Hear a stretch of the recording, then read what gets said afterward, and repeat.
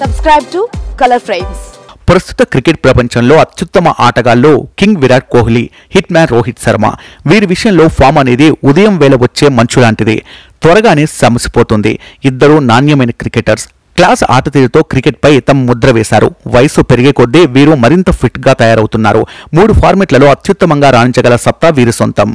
రాబోయే T20 world cup లో top ప్లేయర్ల అవసరం ఉంది. 2 ఏళ్ల క్రితం జరిగిన పొట్టి ప్రపంచ కప్ తర్వాత కోహ్లీ, రోహిత్ ఎక్కువ T20 మ్యాచ్లు ఆడలేదు. అయినప్పటికీ రేపు రాబోయే T20 ప్రపంచ కప్ లో వీరే కీలక పాత్ర పోషిస్తారని క్రికెట్ వ్యాఖ్యాత, వెటరన్ క్రికెటర్ నవజోత్ సింగ్ సిద్ధు ఓ చర్చా వేదికపై మాట్లాడారు.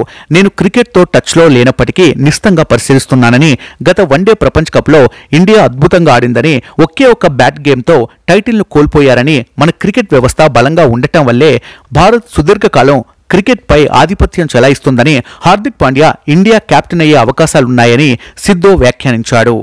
ఈ వీడియో మీకు నచ్చినట్లయితే ప్లీజ్ లైక్ చేయండి, షేర్ చేయండి, కామెంట్ చేయండి.